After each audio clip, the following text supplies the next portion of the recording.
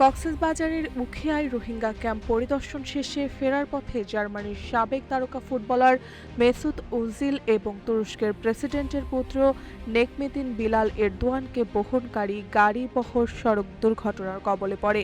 ১৯ তারিখ সন্ধ্যা ৭টার দিকে কক্সবাজার টেকনাফ সড়কে উখিয়ার কুতুপালং এলাকায় এই ঘটনাটি ঘটে। প্রত্যক্ষদর্শী ও পুলিশ সূত্রে জানা গেছে, ভিআইপি বহরের একটি গাড়ির সঙ্গে একটি মোটর চালিত অটোরিকশার সংঘর্ষ হয়। এতে প্রতিনিধি দলের কেউ আহত না হলেও অটোরিকশাটি দুমড়ে মুচড়ে যায় এবং চালক আহত হয়। তাৎক্ষণিকভাবে আহত চালকের নাম পরিচয় জানা যায়নি। উখিয়ার শাহপরীর দ্বীপ হাইওয়ে থানার ভারপ্রাপ্ত কর্মকর্তা ওসি সাইফুল ইসলাম জানান, রোহিঙ্গা ক্যাম্প থেকে ফেরার সময় বহরের সামনে হঠাৎ একটি অটোরিকশা চলে এলে এ দুর্ঘটনা ঘটে।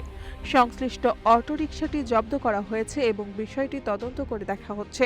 তদন্ত শেষে প্রয়োজনীয় আইনগত ব্যবস্থা নেওয়া হবে বলেও জানিয়েছেন পুলিশ।